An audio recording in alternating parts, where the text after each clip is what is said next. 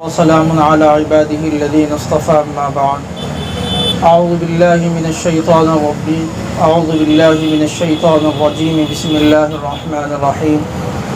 رب اجعل هذا بلدا آمنا وارزق أهله من الثمرات صدق الله العظيم.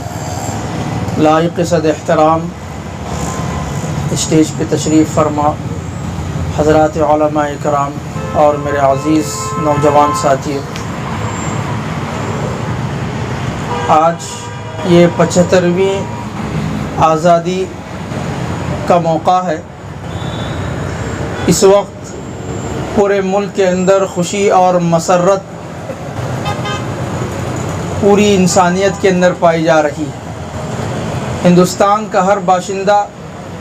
جو آزادی کو محسوس کرتا ہے وہ خوشی منائے بغیر نہیں رہ سکتا، لیکن جب ہم اس ملک کی آزادی کو دیکھتے ہیں تو یہ ملک غلامی کی طرف گیا کیسے تھا؟ کیا اسباب تھے جو یہ ملک غلام کی زنجیروں کے اندر جگیڑ دیا گیا تھا؟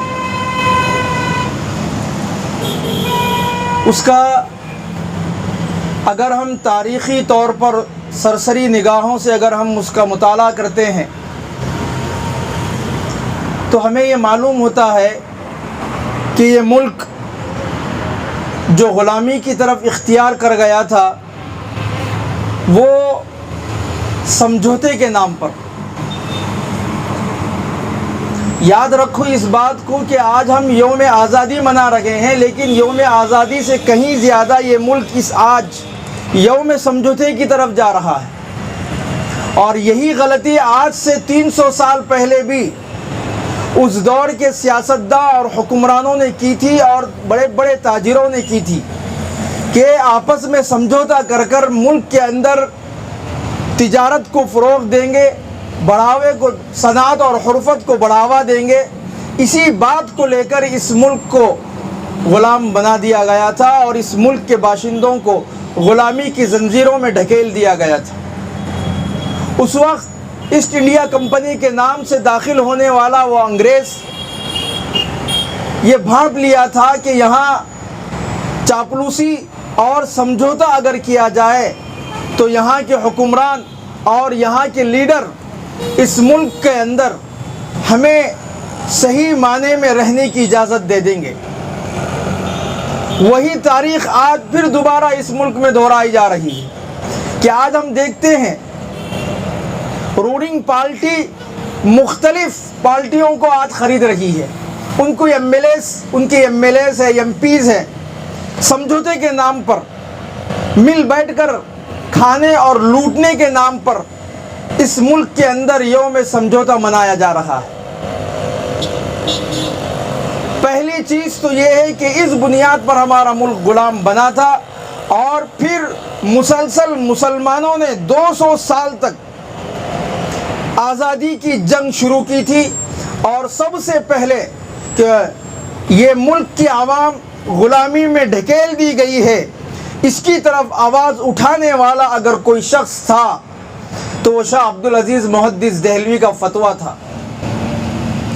کہ انہوں نے صاف اعلان کر دیا تھا کہ یہ ملک اب غلام بن چکا ہے۔ 1772 میں یہ اعلان ہوا تھا۔ پھر حکمرانوں میں سراج الدولہ نے اس انگریزوں کا اور غلام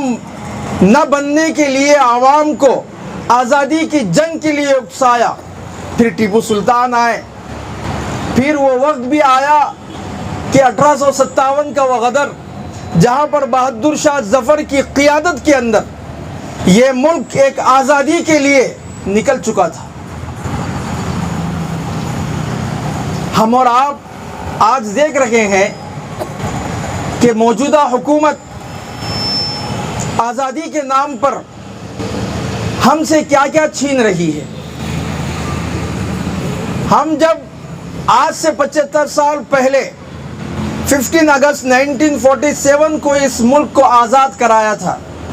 اور آزاد کرانے کے بعد اس ملک کے اندر امن اور شانتی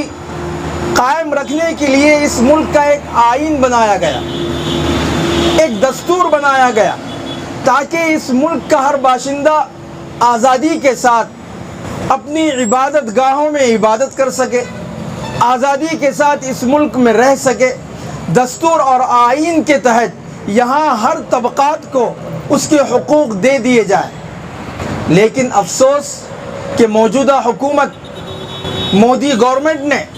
جو مسلسل 8 سال سے اس ملک کے اوپر راج کر رہی ہے، یہ حکومت جب سے آئی ہے اس وقت سے لے کر آج تک یہاں کسی انسان کے حق میں فائدہ مند ثابت نہیں ہوئی، اس لیے کہ ہر انسان، ہر باشندہ آج پریشان ہے۔ نوجوان نوکریوں کے لیے پریشان ہیں، کھیتی باڑی کرنے والے کسان اپنے کھیتوں کے سلسلے میں لے کر پریشان ہیں، اہل علم اور طالب علم اور اسٹوڈنٹس اپنی ایجوکیشن کو لے کر پریشان ہیں، گورنمنٹ سرونٹ اپنی نوکریوں کو لے کر پریشان ہیں۔ یہاں کے سیاسی لیڈران مانے جانے والے وہ لوگ آج سمجھوتا کر کر اس ملک کے امن اور شانتی کو بگاڑ رہے ہیں، اور یہاں کے ائمہ اور علماء اپنے قلموں کو توڑ کر رکھ دیا ہے۔ یہ کوئی آزادی پر تحریر کرنا نہیں چاہتے،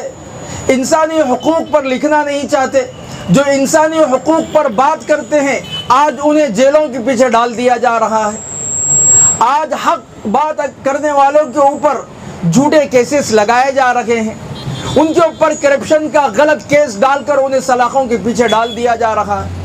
یہ مختلف کیسز اور مختلف حالات اور قانون کی سیاہ قانون کو لا کر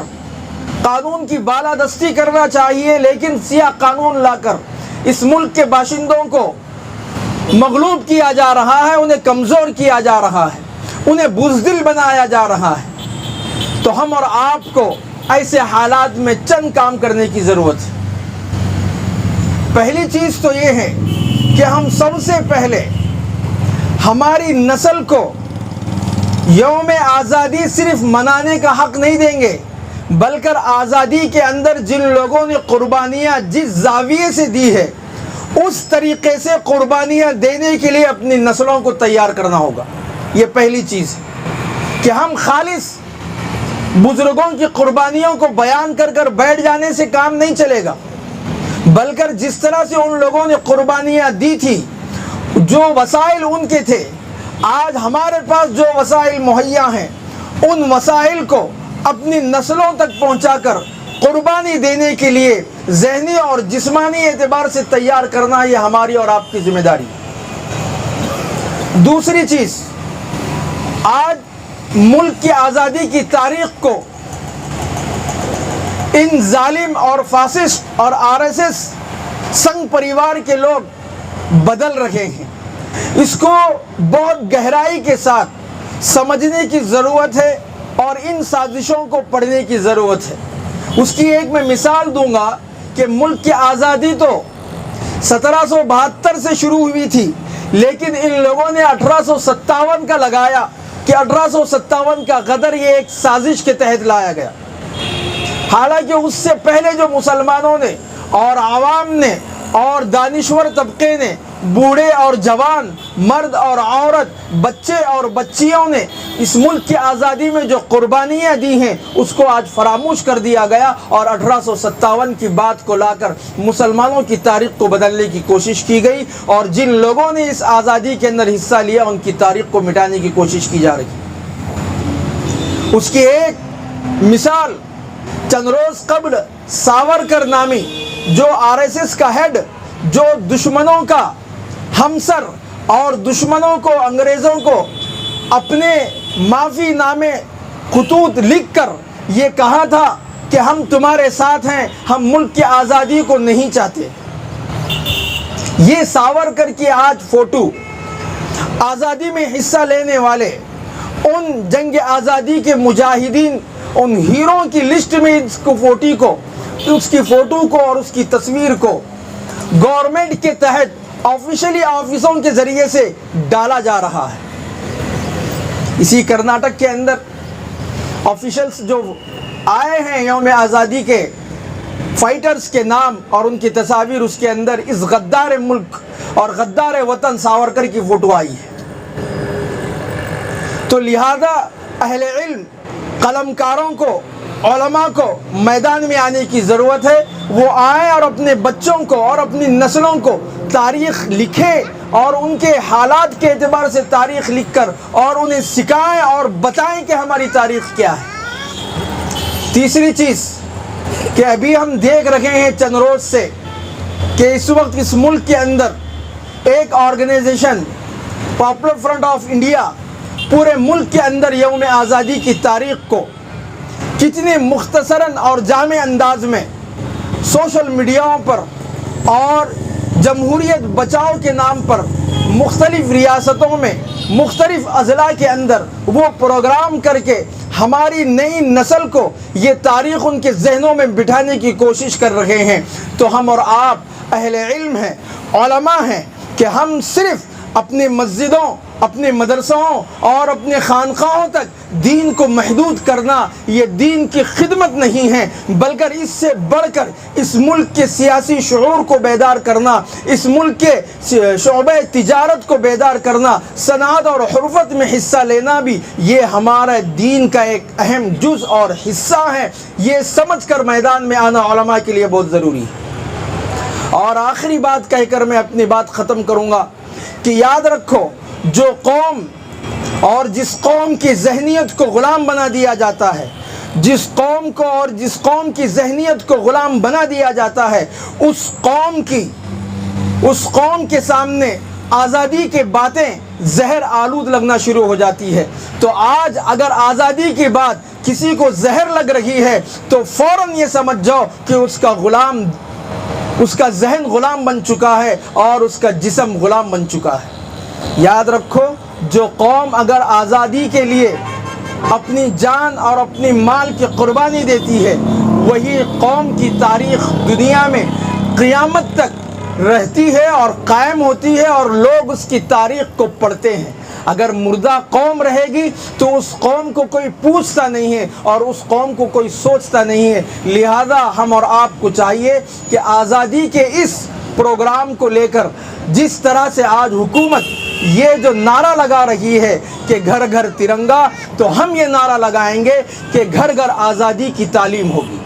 ایجوکیشن کو ہم عام کریں گے، خاص کر آزادی کی تاریخ کو اور اس آزادی کے ہیروؤں کو گھر گھر پہنچا کر ہر ہندوستان کے باشندوں کے سینے میں اپنے مجاہدین آزادی کی تاریخ کو پیوست کرنا یہ بہت ضروری ہے۔ اللہ رب العالمین سے دعا ہے کہ اللہ جتنے باتیں کہلوائی ہے مجھے اور آپ کو عمل کی توفیق دے۔ وما علینا الا البلاغ۔